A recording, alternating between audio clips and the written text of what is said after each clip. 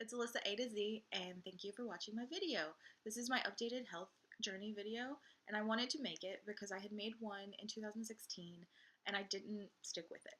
A lot of people probably know that feeling of where you have really good intentions on your health or your weight loss journey or your fitness journey, and it doesn't work for whatever reason. I wanted to make a new one. It's May 2018 now, and I want to be able to look back and see where I was progress-wise and what was working for me. And I also hope that if anybody sees this and they hear what's working for me right now, it might be helpful.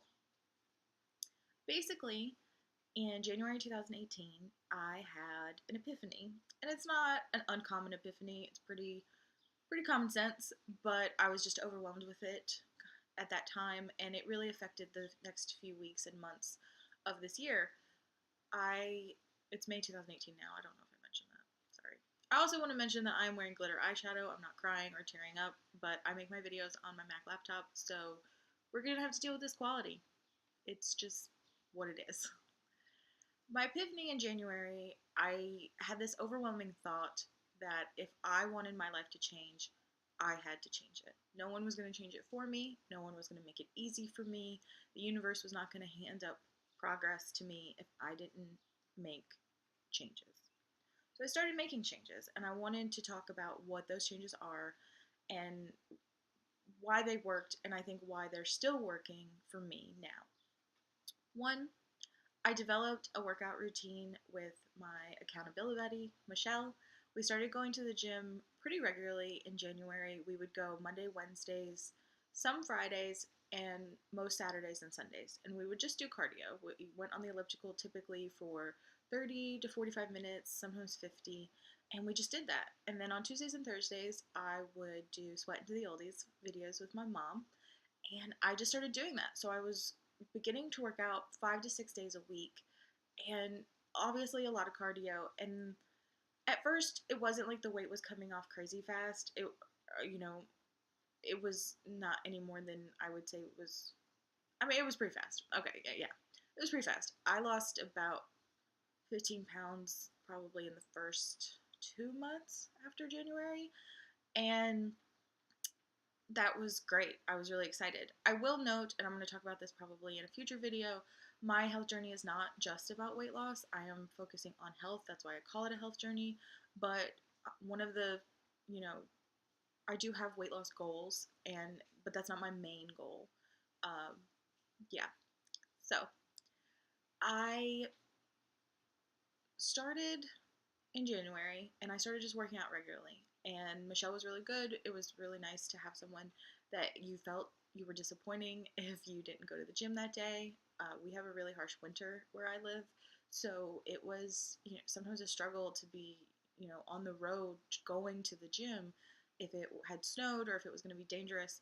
So there were times where we couldn't go, and it made it a thing. It made it important to keep those promises to your accountability buddy, but also to yourself. And that was, I think, very good for me. Number two, I started intermittent fasting. And I know that there's a lot of opinions about intermittent fasting. Some people do it in coordination with other diets or plans or kind of eating practices. A lot of people do it with keto.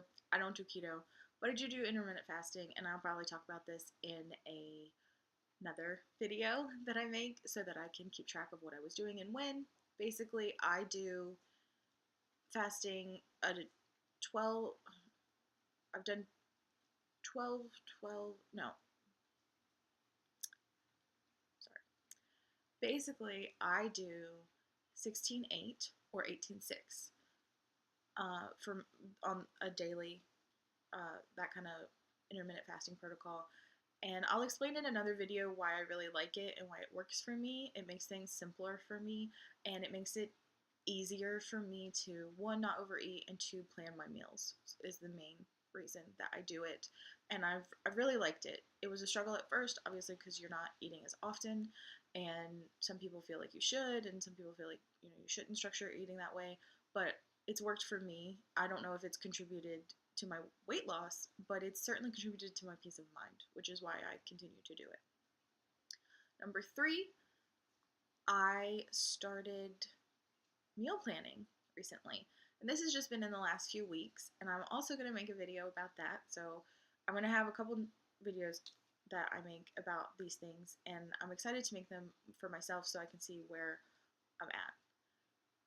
I feel meal planning is important to me because I have a huge problem with consistency and sticking to what I say I'm going to do and when. And I need to make things as simple and as easy for myself in order to make that possible. And I think that leads me to number 4, which is making things easy for myself. I decided that, weight loss and health, it's hard when it doesn't come naturally. It's very, very difficult. And I decided that I was going to make things as easy and as simple for myself as possible.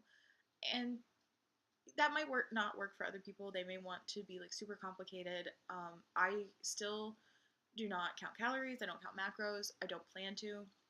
I'm trying to find the reason I call this a health journey is because at the end of the weight loss, and I do have weight loss goals, at the end of the weight loss, I want this to still be maintainable and something that I can do for my life and for my health for the rest of my life.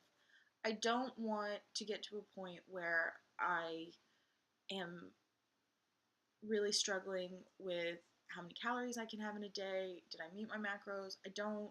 I've tried doing calorie counting before. I don't like it. It doesn't work for me.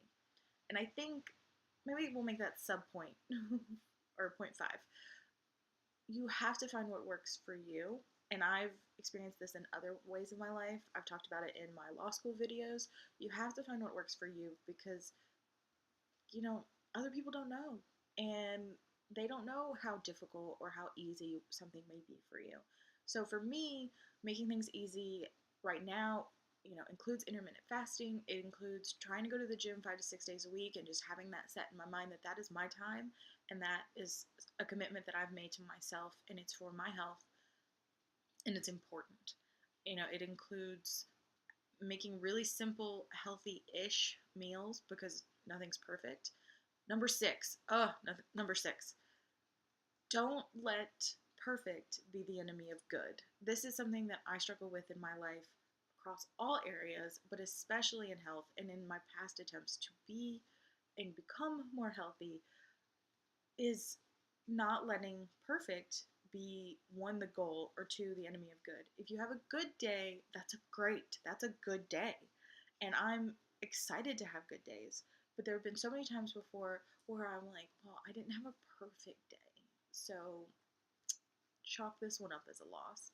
And you can't do that. That's not a way to live, and it's not a way to show your body that you care about it and or yourself in general.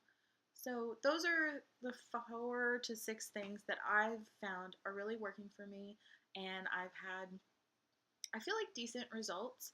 I probably started, I think it was January 17th. My highest weight, which I will tell you, was 251.6. I'm between 5'3", 5'3 and a half.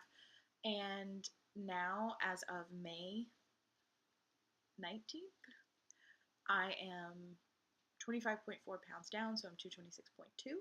And I'll talk quickly about my ultimate goals. Yeah, my voice just changed.